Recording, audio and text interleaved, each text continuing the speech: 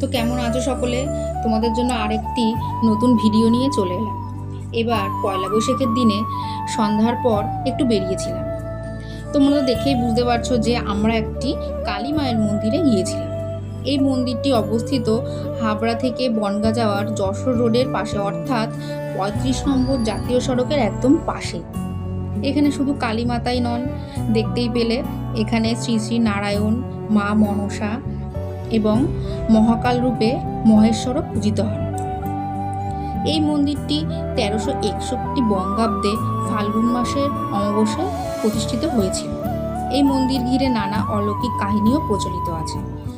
এই মন্দিরটি প্রায় 60 বছরের পুরনো জাগ্রত কালী মন্দির। তো এই মন্দিরে আমি ফার্স্ট গিয়েছিলাম ওই ফাল্গুন মাসের অমাবস্যায়, আর তারপরে আসলাম এই পয়লা বৈশাখের দিনে।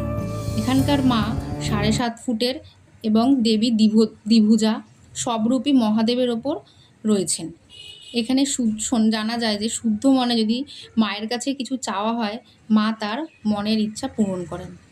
এখানটায় সন্ধ্যাবেলা সেদিন পুজো হচ্ছিল, আর গাড়ি পুজো হয়েছিল, একটা বিয়েও হয়েছিল, যেগুলো আমরা দেখে এসেছি এবং ভালোও লেগেছে। আর একদিন পুজোর সময় গিয়ে সেদিন খেয়েছিলাম খিচুড়ি।